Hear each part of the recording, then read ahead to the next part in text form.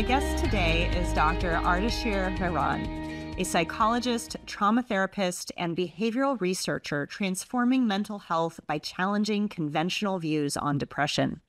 He holds a PhD and Master's of Education from Columbia University and is the author of the best-selling book, You Are Not Depressed, You Are Unfinished. Drawing on 30 years of research and clinical work, he developed the Bill of Emotional Rights to help people reclaim a fulfilled life. Dr. Mehran, thank you very much for joining me on the podcast today. Thank you so much, Sophie. I'm so delighted to be with you and with your listeners. Thank you. Excited. Yeah, we have so much to talk about. So I'm very excited to dive right in, and I'm just going to ask a provocative question to get us started. So, Dr. Mehran, what do you see in people's eyes that can tell you if they are emotionally dying inside, even when their life looks good on the outside? Thank you. Actually, it's not in their eyes. It's how they tell the stories.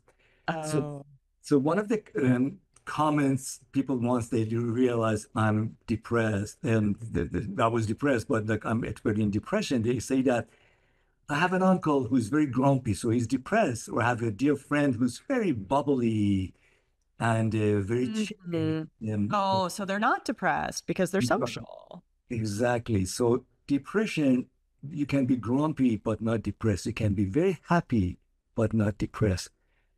What we pay attention to is the way people tell the stories. There's a flatness. When you talk about their life, their emotions, what makes them excited, there's a flatness. Then there's another way people talk about their life. There's a sense of waiting. They're waiting for a vacation, waiting for the next promotion, waiting for the next excitement in their life, waiting for to go on a date again. So it's almost life on hold. Depression is a life on hold, that there's a sense of disconnection. So I listen to stories. And then so it's a life on hold. And when you listen to people, the question I ask, where's your mojo? Where's your joy? Where's that? You see them wonderful people and they're flat. Flat. That's the signal that there's an inner story that needs to be revealed and for a person to wake up. So like, so many people feel flat and disconnected. So many people must be depressed. Oh my gosh. Here's the data. This is important data. Harvard Business Review 3 years ago published a report, a research, that up to 50%, 50% of the US-based CEOs report to be lonely. Wow. You know, like lonely at the top. This is lonely as a lifestyle. So lonely is another code word for depression. So when you're lonely, in terms of human relationship, you're in all likelihood you're depressed, you are anxious, and you may have other psychosomatic problems. So we talk about data like that, and then we start that about, so what does it mean? You know, what do we do with that? That's where I come in. Says, no, we should not accept that there's so many high-achieving people at the top of their game lonely. That's not good as a society. Right. And you and I are both based in the San Francisco Bay Area in Silicon Valley. You're in Burlingame and you work with high achievers as I do. So what do you think the trends are around here for startup founders and people in the technology space?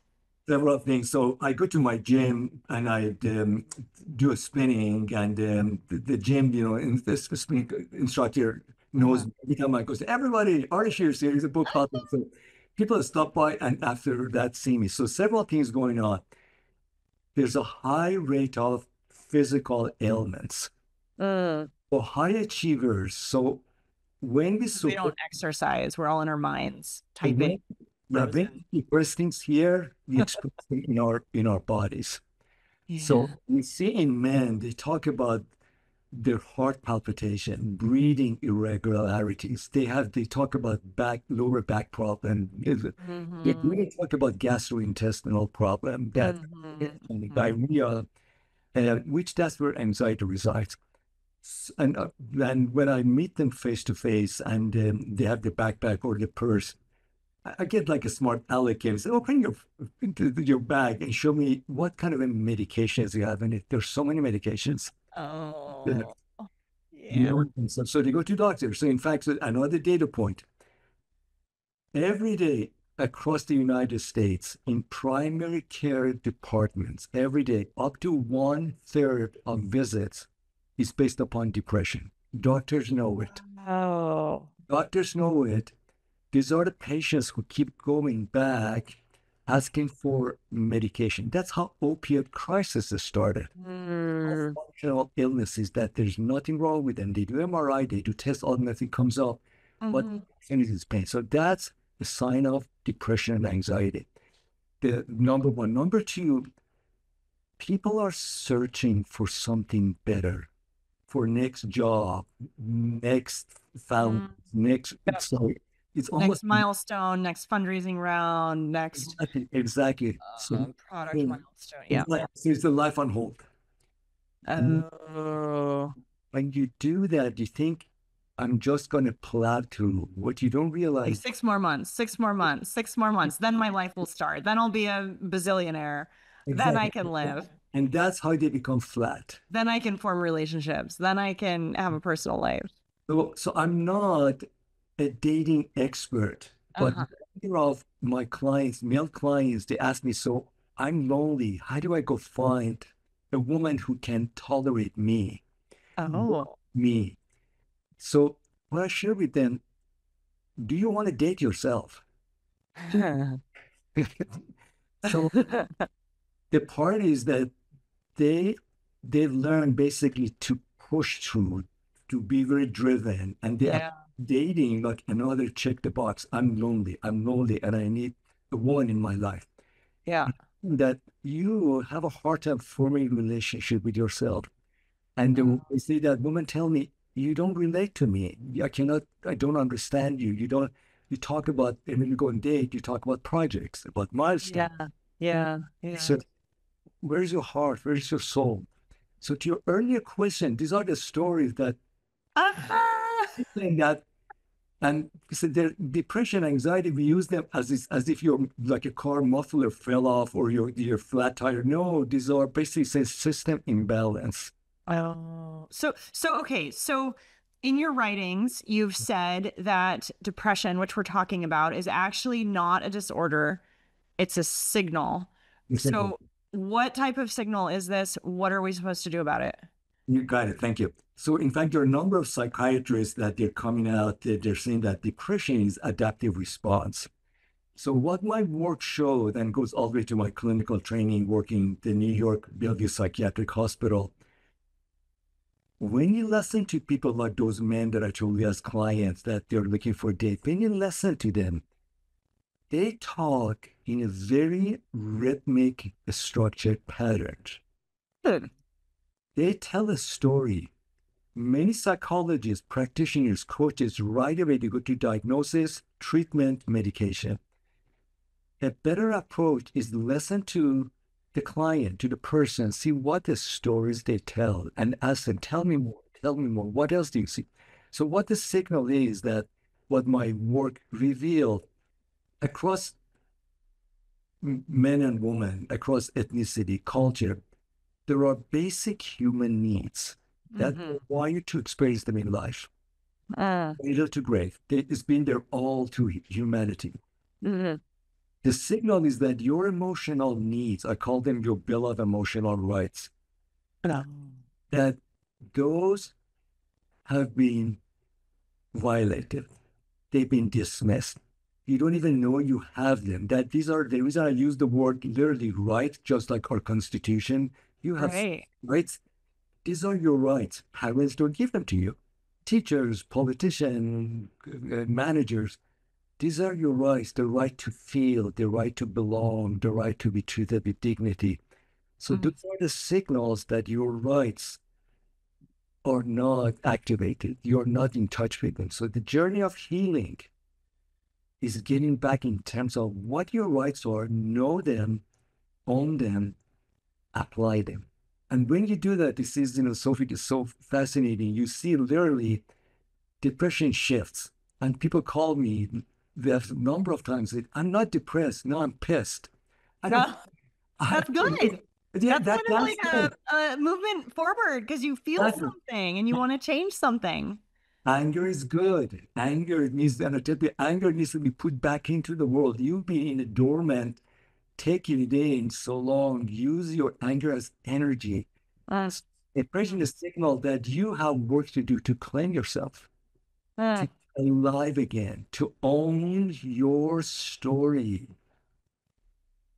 So I'm looking at the Bill of Emotional Rights, and we'll put them in the in the show notes so everybody can look at this. But you say there are these seven of them, and my first instinct in reading them is that this culture in Silicon Valley kind of stamps them out of us, and nobody can take anything away from us really without our permission, but this just gets indoctrinated into us and we might not even know we had these things, right? But it's always our prerogative to reclaim them. But I feel like a lot of the culture here kind of opposes some of these rights. Like one of them is standing up for your beliefs and values. Well, a lot of what happens here is a herd mentality of like, where's the money going? Where's the tech going?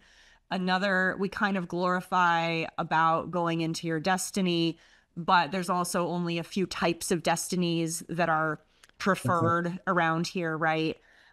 People always put their feelings of dignity or needing respect or appreciation on pause for their projects. They put their feelings of connection on of love on pause for their projects. People don't necessarily like they want to have impact and control their destiny, but a lot of the jobs, don't necessarily make that possible.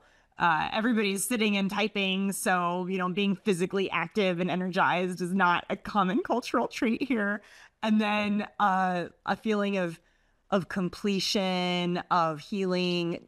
So many people are reliving past traumas that nobody ever talks about. So I think there could be a long journey to go on all of these, but it's so amazing that you call them out, being, soaring, mattering, belonging, creating, being boundless, being complete. These are these rights that you have identified. Uh, so But that was interesting. I just saw that side you had. So where do I start? What do I do? Is that what yeah. you're? Yeah, So like if we're living in this and everybody's glorifying this and everybody wants to achieve and win their way through this game that we're all playing, how do you live a happy life? yeah, that's right. So that's a great question. And so the way that I see this, and I share with people that the people come to me when they are in pain. People come to me in pain, and typically they call me because they are anxious. The founders or Silicon Valley, they are anxious, panic attack, a Yeah. body that is almost like a revved up.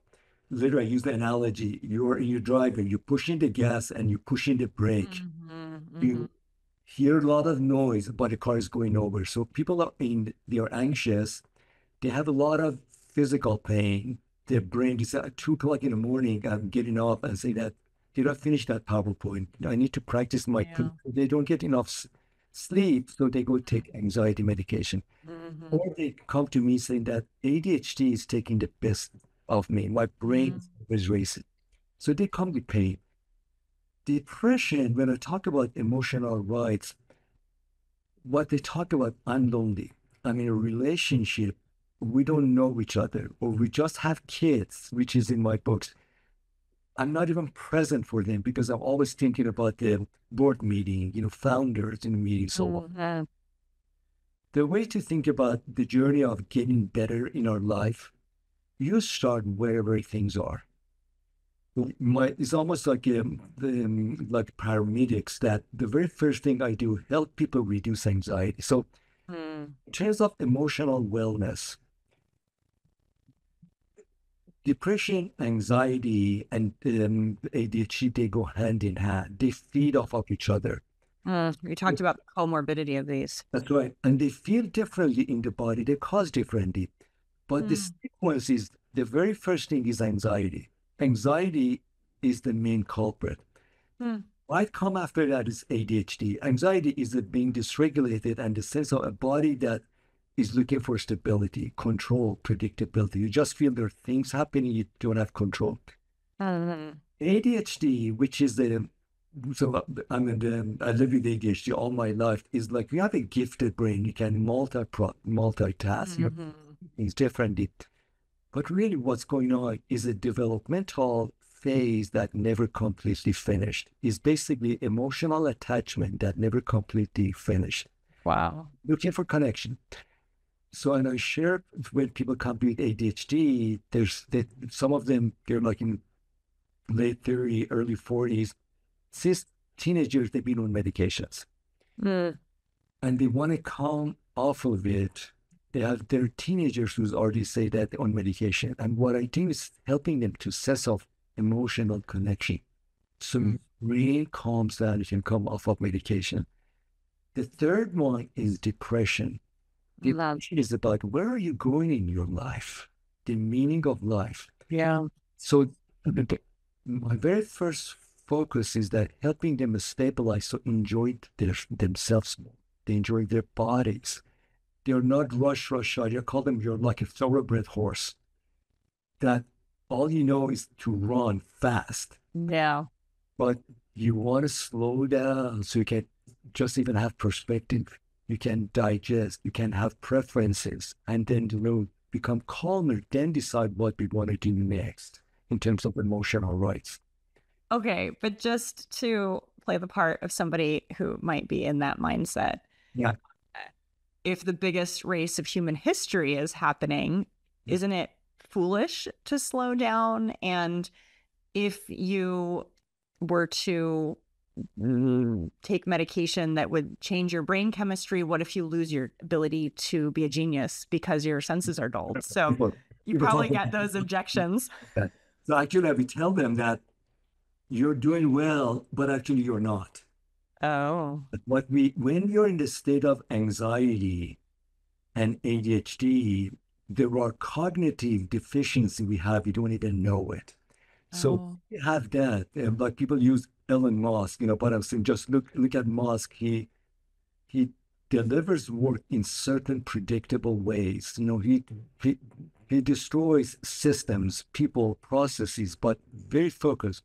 So when you're anxious, when you have ADHD, we lose depth perception. We lose ability for critical thinking. You've been able to see logic, to see point counterpoint, about when being able to listen to information that is contradictory. So ADHD anxious mind looks for predictability, quick resolution, move to action. So your ability to innovate actually is diminished. You don't even realize it. You're in a business meeting, there's a lot of information going on. All you're looking is that, how do I drive the project forward? It might be other question you could be asking, or is right in front of you, you don't see it. So slowing down doesn't mean you're slowing down. It means you're tapping into your gifted brain to actually expand its talent. So one way you see people who get promoted to the CEO versus COO, they learn how to calm themselves down as a way to see things. Oh, interesting. So in fact, some of them, they come to me and says, I keep getting bypassed from chief product officer, chief marketing officer. I missed that. And I said, the reason is you go to board meeting and all you do is driving. You lose critical thinking, you lose strategic thinking, and you cannot digest and get engaged in conversation that they are multifaceted. That's what sets you apart. Interesting. But it's about channeling versus diminishing your talent. Oh, okay. All right. So there's ever greater opportunities to be a more multifaceted, flourishing human. Yeah. And how does burnout relate to all of this? I'm curious. So burnout, just in terms of background, the burnout came into public domain around 70, 80s from the health field, like, from operating rooms. Mm.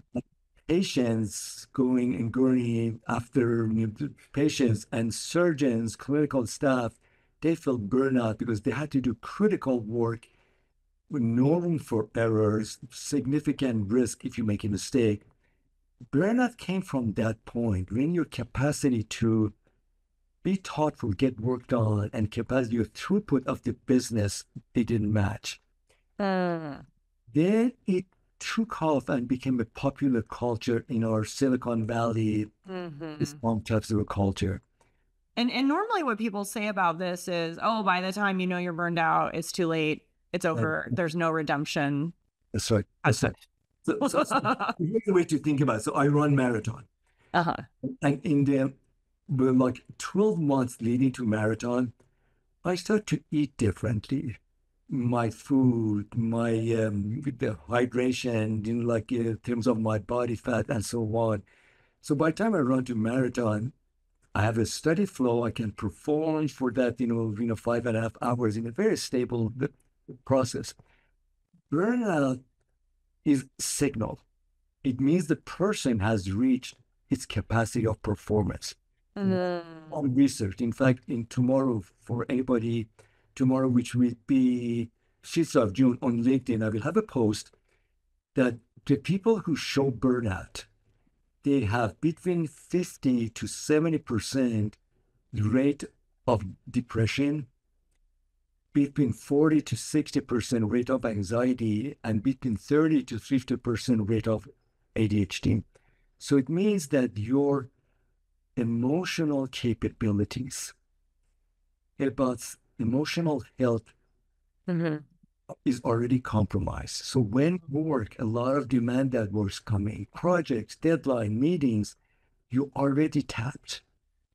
Your So what do you do if you're committed to a project, you thought it was a sprint, then it became a marathon, and then you're like, okay, I think it's becoming a marathon, so I'm gonna try to prepare myself, and then it's a marathon, but then it turns into an ultra marathon, and then yeah. it keeps like, but you're already in it, you're So, on it. What do you do?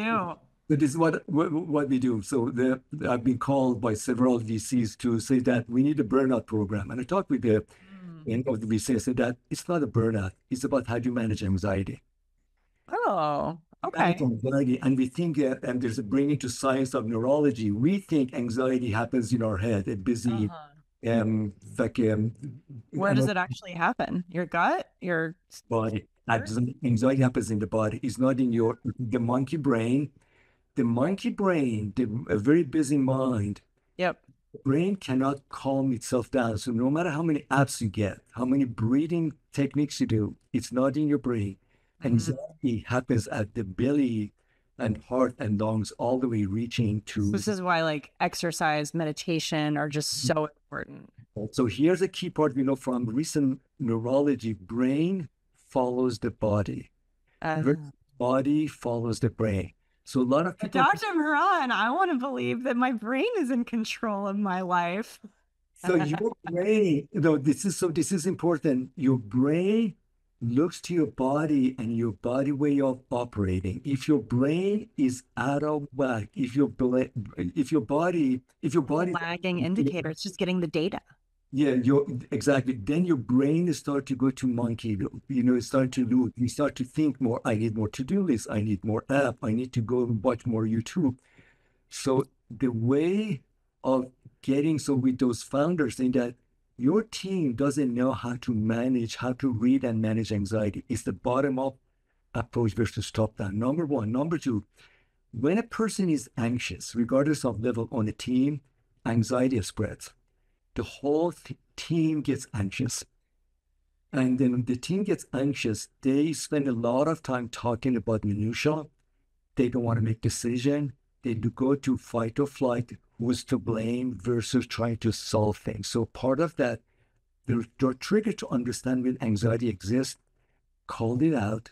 How do we collectively bring the temperature down? So you almost become like a group of colleagues that you create what is called regulation. You, Isn't CEO weak if they tell everybody, hey guys, I might be anxious and I need your help to tone it down? Or like, how do you actually talk about that?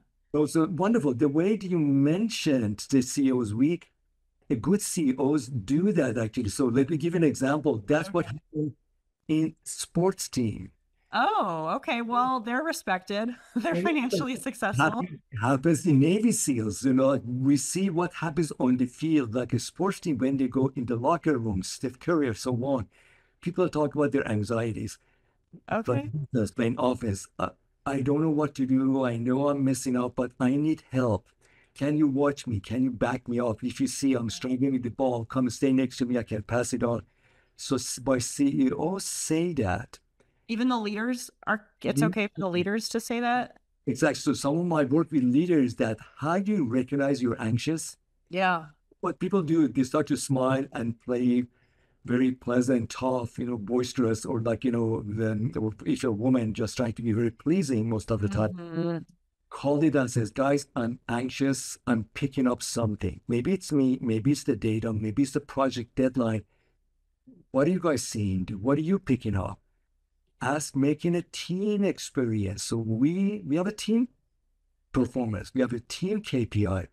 How do we together solve this? There's not so anxiety spreads, so does calmness. If one person is calm, Mhm. it gets spread. And what's also important, this is not what you say, body meets the body. So I teach with CEOs, with founders. Because people just, it's body language. People communicate. Even on Zoom, there's so many subtle cues. So people, so this has spread across a lot of my clients are in New Zealand, in Mm. Europe, in Canada, across US. You can do this across the Zoom. Body, the gut, breathing reads that. So as a CEO wants to shift the energy of the team, there are breathing practices. There are ways you show up with your emotional status that everybody says, hey, this was different. I can So, feel. I can talk about things. That's the best gift a CEO or a team lead can have as a way to raise the bar. It doesn't mean we become soft or everybody's smiling kumbaya. It yeah. means you can do hard work, but also really bring in the people emotional status because then the gifted brain also can kick in. And then what about the balance when people on your team might say, FYI, I'm going through this thing, sorry to bring down the energy, but, I needed to share. Like, what's a constructive way to appropriately recognize the situation that somebody's in, thank them for acknowledging it, and then also keep the group moving ahead in the right direction? How do you do all that? That's exactly how you said, Sophie, that it's about creating a container about and boundaries. What do we want to talk about on this team? I mean, this as founders. Time matters. Every decision matters. You need to crank things out. When somebody brings it out, you acknowledge it.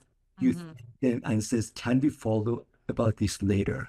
We're Mm-hmm. okay to do this." So you want to hear the person saying that this is for later. Mm-hmm. Really then making sure we follow through with that later, pulling that person aside or saying that, hey, as a team, let's go that, but Yeah. Yeah. together.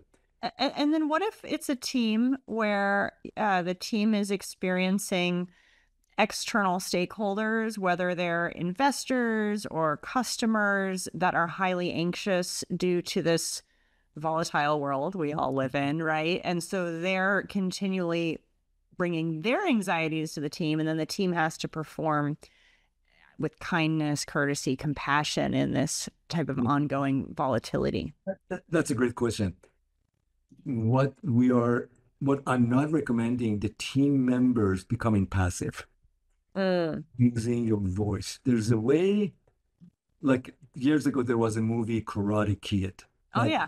Yeah, so remember that, the young boy, very Yeah. calm, very observant, and there was this big bully, very powerful. Yes. The way to do that, you stay in your calmness, you stay with your facts. There's a way of logic. There's because the the founders who are anxious, they're looking for data, they're looking for traction, they're looking for evidence. Why that in a calm way? By sheer fact that you can be calm, talking about very important, contentious topics, it changes the atmosphere of the room. This is a learnable skill. It's a learnable skill. In fact, some of the work I've done, we do dress rehearsal. People call me and says, "We're going to a board meeting in 2 days. There will be challenges. There's some weakness in our plan. We want to ask for them either delay, extension, or more money. Let's play that. Where is the risk? How are you feeling?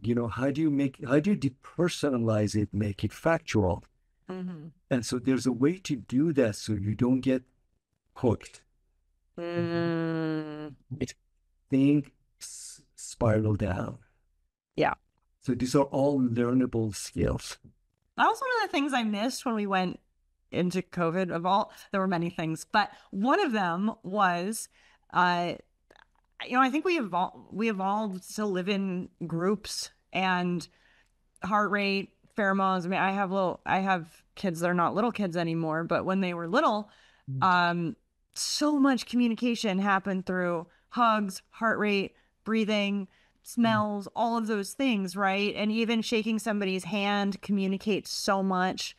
And in those situations, body language absolutely has the ability to calm people down. Language, tone, the way we look with our eyes, the focusedness of our gaze, all of those things. If we're having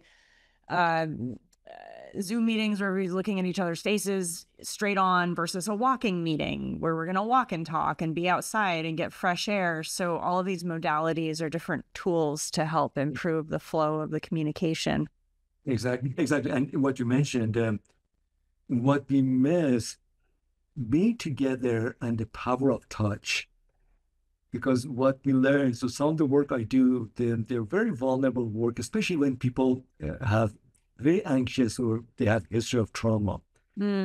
So trauma was the pressure it created, the violence it created. Also, there's an element of safe touch, embrace, safe standing side by side also can heal. So we that during COVID. So in my office, you can see it's the long space. People come here. For people who are just craving touch and they don't trust themselves, their bodies, I stand next to them with permission, very slowly, my right hand between their shoulder blade. It signaled, I got your back. Yeah. Yes, their body settles, breathing deepens, a slow down that. Yep. I don't have to push. I don't have to go forward.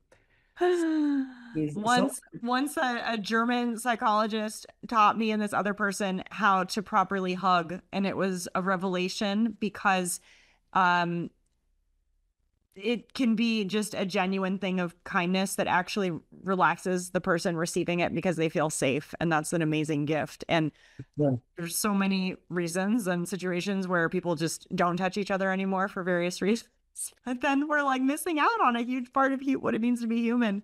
Exactly. And that's why in corporate environment of, post-COVID, offsites, doing, like physical activities, they are so important.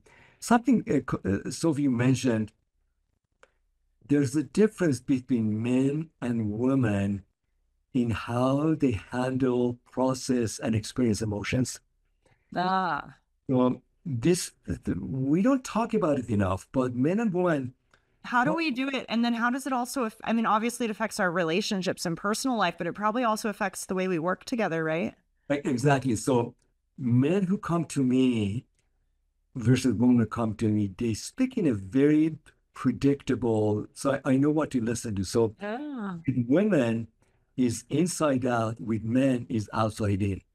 So, yeah. So when men call me, the high achievers and Silicon Valley, usually the scenario is that I want to make the next million. I want to go, I want my Ferrari. My friend has a Lamborghini. I want a Ferrari. I want a house in Atherton. We live, the hills below. Yeah, I'm rich, but I'm not private jet rich yet. Exactly. And in the sense that, well, listen to you, anxiousness, depression, all that. I want to fix that so I can bring that in. And then once that happens, my true healing happens. So that's the scenario. With women, the story is that I've already gone to Stanford. I'm already JD. I'm already the chief legal officer. But somewhere along the line, I lost me. A Uh, girl who was sweet, was gifted, was sensitive, and I became a the powerhouse. I don't feel my body anymore. I don't enjoy even being intimate with my husband. I just, but nobody knows that. And I'm dry inside. So yeah. I want to find that little girl who just was so happy. Mm-hmm. Their the journey of their finding themselves very different. With women, in fact, there was the senior leader this morning that I spoke with her, and she had so many said, "This is wrong with me." A friend, a coach said, "There are all these very important," and said that, "But really, there's a story of a life that stopped making sense to me." Oh. So we're going to start working together next week. Is about that. What happened to that girl? How do you weave together a story of you Yeah. that it all makes sense because she's just been promoted to a very senior role that it's not about pushing harder. It's about your story. You're at this stage.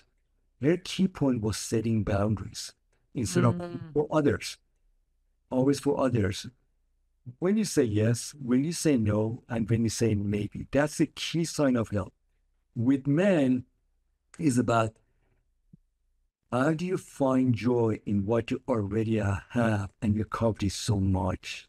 Oh. If there's a numbness of emotion, they're in a relationship, they don't feel anything. They have kids, they are not present. It's Yeah. more story. They're intimate, but they're going through the emotion that they don't feel Yeah. it. Yeah. So That's so interesting. it's about it. How do you find meaning? How do you find kindness that you already are great? Mm-hmm. Enjoy that as you're building plans for the next phase. Otherwise, you're going to burn out. You're going Wow. to burn out. You're going to crash. Ugh. So I want to talk to you about the soul Yeah. because you talk about the soul quite a bit, and I don't normally hear that with respect to clinical work. Yeah. But tell me, like, how do you think of the soul and meaning and purpose? So there's a, I guess you can see, there's a quote by Maya Angelou on the wall behind me. And it says, there is no greater agony than an untold story inside you. No. An untold story. We all have a story. 8 billion people, 8 billion story. So the soul means that you have a story. You're here on this earth at this time to do something. Some people become presidents, visible. Some people we never hear about them, but yet they're impactful. So it's the state of grace, a state of you're in touch with your legacy. Do you know why you're here? You Mm-hmm. feel what you do is aligned with yourself. So many founders who come to me, men or women, they feel I'm kind of in the right neighborhood, but I'm not feeling it. I'm not seeing the joy. And Or that's the most terrifying thing, to realize that the life you're living is a lie and you might lose everything that you think you care about if you exactly, and pursue that your thing comes passion. in 6 months from now, a year from now, and then so the term that I listen to is that someday, someday you wait Yeah. for someday. So the soul means that that someday is now. That the choices you make right now, and the way people say, "How do I know that?" And I tell them three things: pay attention to energy and your attention. See where you and when you're not doing your work, looking at your next business plan, where your energy goes. What do you get curious about? What songs do you listen to on your Spotify and suddenly your heart aches? That's Mm. it someday. And where your attention goes, see where your eyes go. Like when you're having your favorite drink, what comes to your mind? And so those are the time that something When deeper. you're just in the shower thinking, or Yes. Yeah. Or here's one I like. Who am I jealous of? What sparks envy? You know, I'm like, Yeah. oh, well, Yeah. they can do it, but I couldn't do that. Like, what? What? You know, why? Maybe that means I want it. You know, come on. That's right. Pay attention to those. I mean, like, there's a reason people go to crazy offsites. Like this morning, I got an invitation from a colleague says that, can you do a session for us in January? We're going to Cabo, group of business women, senior leaders. I'm That sounds thinking, nice. it sounds why do we have to go to Cabo? Because that's where we'll find ourselves. Because ourselves are in Cabo. Exactly. Which By is the where you beach. need us. And you know what? People said, Rich called and said, why do you want to go there? I said, all I want to do to sleep and recover. I'm Oh, thinking, so that needs to happen in your day-to-day life right now. yeah. Wow. That's what happens. You're basically becoming one-dimensional. So when we do that, our soul gets dry, our Mm. skin gets dry, our gut, starts to. So the soul means that you're in your power. You feel the energy. You feel your whimsical joy, and you feel alive. And it happens every moment if you're alive. You don't need to go to Cabo. It's wonderful to go there. But it's about how to engineer that so you feel it right now. Hmm. Okay, so if somebody's listening to this and they're like, "Oh my God, I might have all these comorbidities and I don't know my soul's purpose," where does somebody start? Yeah. Two things. One, I, I invite you to read my book and realize that I didn't know I will make it. The work that I share with you, dear listeners, I didn't know I'd be doing this. I just got tired. I've been diagnosed with depression, anxiety, ADHD, and I just feel those are diagnoses, but they don't define me. I felt that the psychologists didn't get me. They Mm. may be helpful. They give me diagnosis, treatment, but I felt nobody listened to me. So if you have a struggle, the work is not to suppress them, not to deny them. It means you have a story to be told. Number one. Number two, Wow. we heal. It's a three-step process. We heal when we tell our story. So if you want to know as listener, what do I do? You need to tell your story. What if your story has I'm not done yet, so do it. Who do Okay. you tell it to? The quality of the listener is called Oh. tone witness. We Oh. become unhealthy and ill when our story is not heard and people trying to give us advice. Do this, you go to Cabo, have you tried this? You need an next job, you need an next boyfriend or girlfriend. Our story needs to be heard by an attuned witness. And who is an attuned witness? Somebody who sees you in your entire you, your body, your energy, and your life being. Because healing happens when we tell our story and we hear our own story validated. And then we come out of it. That helps us to calm down because everybody has a story. We all deny our story. We look for diagnosis. We look for labels. And that's what happened. Our struggles prolong for a long period of time. And what is the role, speaking of stories, of so if somebody has the witness who truly hears them, is it done? I mean, some people go on to tell their stories publicly to many. Mhm. And what is the role of that? Is that part of their healing process? Is that out of service to those listening? How does that fit into healing? So we connect, going like, for example, you mentioned as the CEO telling people, hey, folks, I'm anxious. When we tell our story, we invite the humanity in. Everybody has hurts. Everybody has broken parts. Everybody has parts that they'll feel vulnerable. Mm-hmm.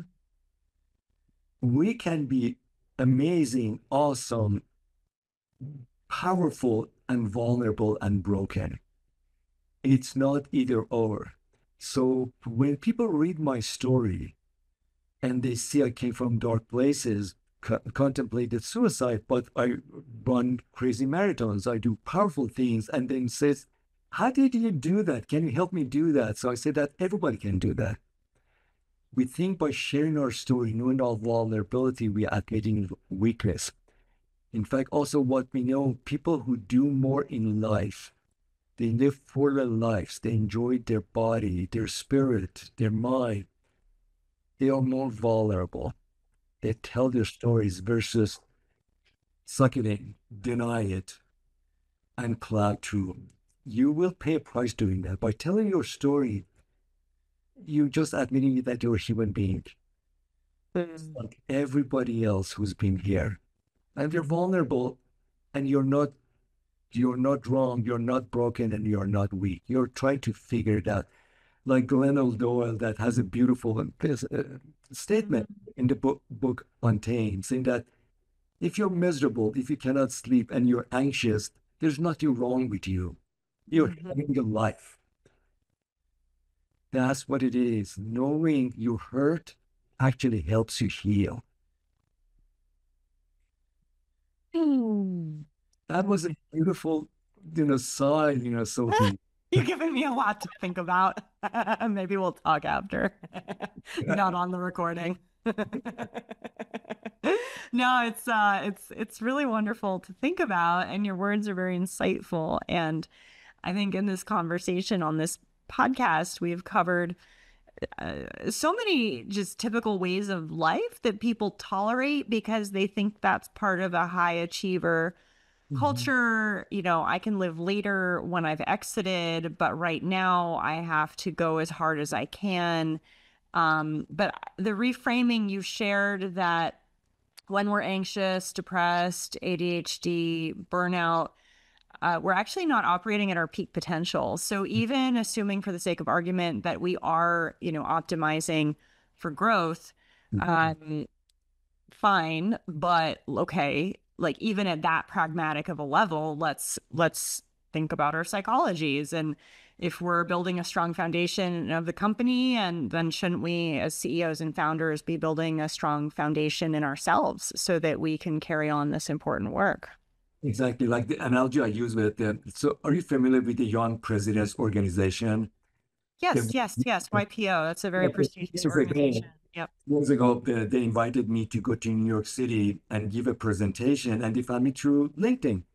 And in fact, I should have, it was a major consulting firm, and my proposal was one page. There was a deck. They selected me. So I went to a room. Congratulations. Thank you. And then they said that the session that I had, it was such a high rate of registration, they had to move it to basically have the conference center. 350 young CEOs were there. Wow. I started with a picture of a thoroughbred horse that, like photo retouched, and I removed it one leg. I said that a lot of CEOs are like thoroughbred horses. They run on three legs. Already magnificent. You're ahead of everybody else. They think they're doing well, but actually there's a lot more you can do. You don't even realize it. Wow. That's when anxiety, depression, ADHD exists, which we all deny it. We medicate it, or we learn. And I would talk about the resiliency, the curse of resiliency. We are not reaching our full potential. And I talked about how we can do that. So there's a curse a lot of Silicon Valley individual high achievers have is resiliency. Mm-hmm. They push through, they marshal their energy, their thinking, their gifted skills and education, they plow through. When we do that, we create tunnel vision, we become task-oriented, goal-oriented. There's a difference between achievement and fulfillment. So the people I see, and there's a true rating I do, 10-point scale. Rate yourself on an achievement. People usually 8, 9, 10, and I want one more. Saying that do fulfillment. People are puzzled. Fulfillment mean. And I tell them, like, wait, can you define the scale? What's the difference? Can I give a half note? Can I give a decimal? Exactly. And they get annoyed. Yeah. So, do that. I want to go to the first scale. I say that's the data. Depression anxiety, ADHD reside in fulfillment, that the way you are not fully optimized. So we learn to plateau, we drive, but fulfillment is about, are you being alive right now? So a full human being needs to have those elevated between anywhere 7 to 10. That's the ultimate performance. Many high achievers is in balance. High achievement, no fulfillment. That's the recipe for all sort of physical and psychological struggles. Okay, so if somebody's listening to this podcast, this will be my last question for us today. What is just one piece of advice or something that helped you get through a hard time, or a recommendation, just some parting thought to leave us with, please, Dr. Mehran? What I've seen and learned from my clients, you need to say no. You need to say no to the things that are on your schedule, on your demand coming out. High achievers go, go, go. Yes, yes, yes, I can do it. So is the quality of being able to set boundaries. Boundaries means you're self-protecting. And once you say that, decide, is this on point? Is this needed? Is this meaningful to me, to my work, to my family, to me feeling healthy? What can I take out? The power of saying no is biblical, is celestial, is beautiful. Basically means you say, when you say no, you're saying yes to your soul. That I want to save some energy for me. So practice today, whenever you hear this, for the rest of the day, for whatever it is, say no and enjoy how it feels in your body. Take ownership. Thank you, Dr. Mehran. This was a very inspiring and insightful conversation. I'm so grateful that you're on the podcast today. Thank you so much, Sophie. And I love our questions and our conversations, and wish you the best, and wish the best for your listeners. Thank you. Thank you. Thank you so much.